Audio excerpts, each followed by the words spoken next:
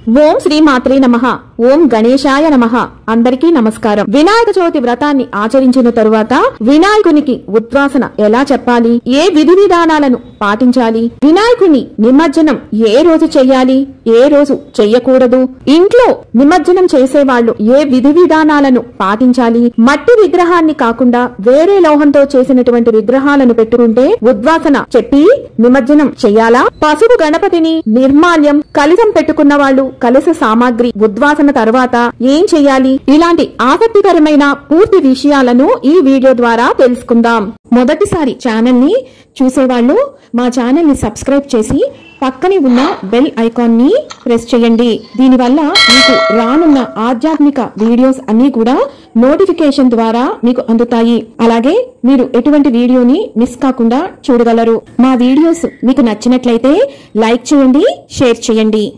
నిమజ్జనం అంటే ఏమిటి, ఎందుకు చేయాలి అంటే మనకు కపిల తంత్రం అనే గ్రంథం ఏమని చెబుతోంది అంటే మనం ఎక్కడి నుంచైతే వినాయకుడిని తెచ్చి ప్రాణ ప్రతిష్ఠ చేసి పూజించామో మరలా అక్కడికే ఆయన్ని సాగనంపాలట. అలాగే మట్టితో చేసిన ఏ మూర్తిని అయినా సరే నిమజ్జనం చేయాలి. ఒకప్పుడు గంగాదేవి విఘ్నేశ్వరుని గూర్చి తపస్సు చేసింది.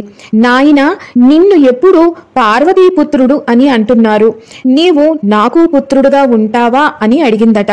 అప్పుడు గణేశుడు భాద్రపద శుద్ధ చతుర్థి నాడు గంగలో నుంచి తీసిన మట్టితో నా ప్రతిమను చేసి 1 రోజు లేదా 3, 5, 9 లేదా 11 రోజులు పూజ అయిన తరువాత తిరిగి నీటిలోనే నా ప్రతిమను కలపాలి. అలా చేస్తే ఈ పూజా ఫలితం లభిస్తుంది. ఇలా గంగలో నుంచి తీసి నన్ను పూజించి మళ్ళా గంగలో కలిపితే 1 సంవత్సరం పాటు నీ గర్భంలోనే ఉంటాను, కాబట్టి నీ పుత్రుడుగా ఉంటాను. అందుకే గంగాపుత్రుడు అనే నామం వచ్చింది. ఇలా గంగాదేవికి వరం ఇచ్చాడు గణేశుడు.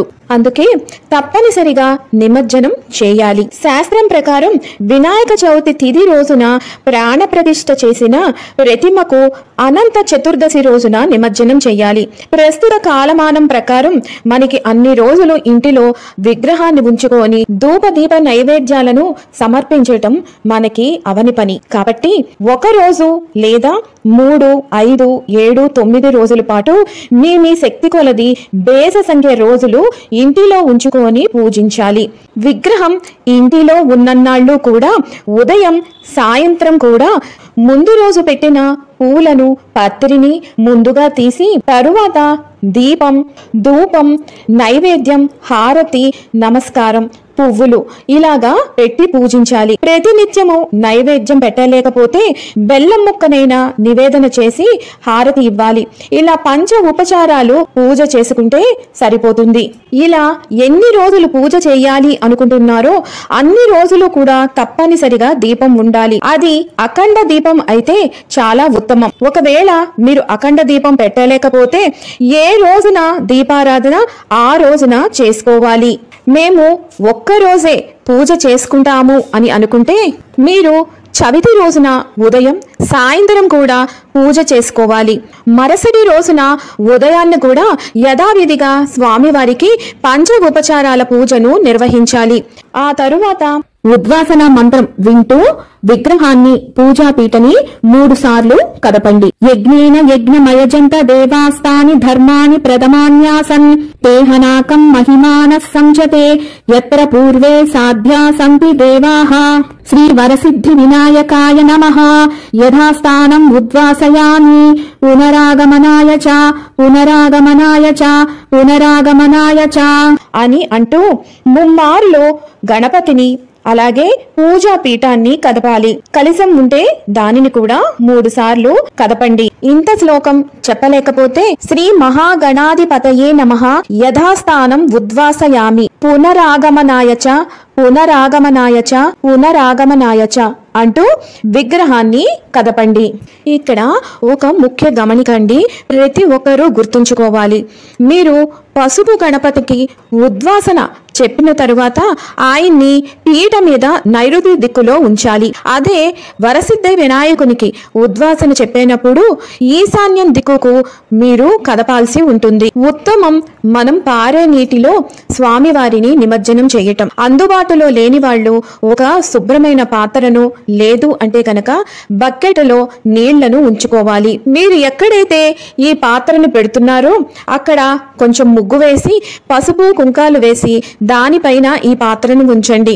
ఆ నీటిలో నదులు అన్నిటినీ ఆవాహనం చెయ్యాలి. లేదు అంటే మీ దగ్గర ఉండే గంగా జలాన్ని కొంచెం ఆ నీటిలో ఉంచాలి. ఆ తరువాత దాంట్లో కొంచెం పసుపు కుంకుమ అక్షంతులు ఉంచాలి. నిమజ్జనం చేసే ముందు స్వామి, ఈ సంవత్సరం మా యథాశక్తి కొలిది నీ పూజను చేసుకున్నాం. వచ్చే ఏడాది నువ్వు తొందరగా మా ఇంటికి రా, మళ్ళీ నీ పూజ చేసుకునే అవకాశం మాకు ఇవ్వు తండ్రి అంటూ బాధతో ఆయన్ని సాగనంపాలి. ఆయన బ్రహ్మాది దేవతలు ఉండే లోకానికి వెళ్ళిరా అని చెప్పటమే ఈ నిమజ్జన తత్వం. ఆ తరువాత ఇంటి యజమాని ఆ ప్రతిమను నెమ్మదిగా తన చేతుల్లోకి తీసుకోవాలి. ముఖము ముందు వైపుకుండాలి. స్వామివారి వెనక భాగం అతని హృదయానికి తగులుతూ ఉండాలి. ఇలా నెమ్మదిగా తీసుకొని స్వామివారి నామాన్ని లేదా గచ్చ గచ్చ సురశ్రేష్ఠ స్వస్థాన పరమేశ్వర లేదా ఓం గం గణపతియే నమః లేదా జై బోలో గణేష్ మహారాజ్ కి అంటూ స్వామిని నిమజ్జనం చేయాలి. ఇలా మీరు ఒక రోజు ఉంచుకున్న 3, 5 ఇలా ఎన్ని రోజులు మీరు పూజ చేసిన తరువాత రోజున మీరు నిమజ్జనం ఇదే పద్ధతిలో చేయాల్సి ఉంటుంది. ఆ తరువాతి రోజు ఆ మట్టి నీటిని మన ఇంట్లో ఉండే మొక్కలలో గాని లేదా తులసి కోటలో గాని వేస్తే శ్రేష్టం.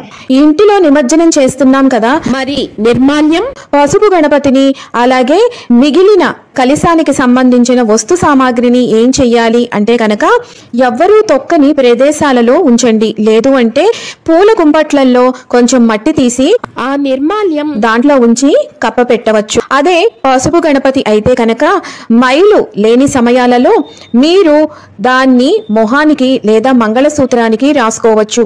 లేదు అంటే కనుక దీనిని కూడా మట్టి విగ్రహంతో పాటే నిమజ్జనం చేయవచ్చు. ఒకవేళ మట్టి విగ్రహం కాకుండా వేరే ఏదైనా విగ్రహం పెట్టుకొని మీరు పూజ చేసుకుంటే కనుక ఆ ప్రతిమను నిమజ్జనం చేయాల్సిన అవసరం లేదు. ఆ ప్రతిమకు ఇందాక నేను చెప్పిన విధంగా ఉద్వాసన పలికిన తరువాత మీరు నిత్యం యథావిధిగా చేసుకునే పూజా మందిరంలో ఈ విగ్రహాన్ని పెట్టుకొని పూజ చేసుకోవచ్చు. నిమజ్జనం చేసేటప్పుడు మంగళ శుక్రవారాల్లో మనం వినాయకుణ్ణి నిమజ్జనం చేయము. మిగిలిన రోజుల్లో మాత్రమే మనం నిమజ్జనం చేయాలి. ఇది ప్రతి ఒక్కరూ గుర్తు పెట్టుకోవాలి. వినాయక పూజను నిర్వహించుకున్న తరువాత నిమజ్జనం ఏ రోజున చెయ్యాలి అంటే 27వ తారీఖున వ్రతాన్ని ఆచరించిన తరువాత 28 ఆగస్టు 2025 గురువారం రోజున ఉదయం మరలా లఘువుగా స్వామివారికి పునఃపూజను నిర్వహించుకొని ఉద్వాసన చెప్పాలి. 3 రోజుల పాటు వినాయకుడిని పూజించి నిమజ్జనం చేయాలి అనుకున్న వాళ్ళు 29 ఆగస్టు 2025 శుక్రవారం రోజున నిర్వహించాలి. కానీ ఈ రోజున శుక్రవారం కాబట్టి నిమజ్జనం చేయకూడదు. కాబట్టి వీరు 5వ రోజున నిమజ్జనం చేస్తే మంచిది. అది 31 ఆగస్టు 2025 ఆదివారం రోజున వచ్చింది. 7 రోజుల పాటు పూజను నిర్వహించుకొని నిమజ్జనం చెయ్యాలి అనుకున్న వాళ్ళు 2 సెప్టెంబర్ 2025 మంగళవారం రోజున చెయ్యాలి. కానీ ఈ రోజు మంగళవారం కావున ఈ రోజున నిమజ్జనం చెయ్యము. అందుకే 9 రోజుల పాటు పూజను కొనసాగించి 9వ రోజున నిమజ్జనం చెయ్యాలి. అది 4 సెప్టెంబర్ 2025 గురువారం రోజున నిర్వహించుకోవాల్సి ఉంటుంది. చాలా మంది 11 రోజుల పాటు పూజను నిర్వహించుకున్న తరువాత అనంత చతుర్దశి రోజున స్వామివారిని నిమజ్జనం చేస్తూ ఉంటారు. అది 6 సెప్టెంబర్ 2025 శనివారం రోజున వచ్చింది. ఇక్కడ ప్రతి ఒక్కరికి ఒక ముఖ్య గమనిక. 7 సెప్టెంబర్ 2025 ఆదివారం రోజున మనకి చంద్రగ్రహణం అనేది ఉన్నది. కాబట్టి చంద్రగ్రహణం వచ్చే లోపలే అనంత చతుర్దశి రోజున మనం నిమజ్జనం పూర్తి చేయాల్సి ఉంటుంది. విన్నారు కదా, వినాయక చవితి పూజ అనంతరం నిమజ్జనం ఉద్వాసన ఏ రోజుల్లో చెప్పుకోవాలి అన్న పూర్తి విషయాలను మరొక వీడియోతో మళ్ళీ మిమ్మల్ని అందరినీ కలుసుకుంటాను. సెలవు మరి. సర్వం ఈశ్వరార్పణమస్తు. స్వస్తి.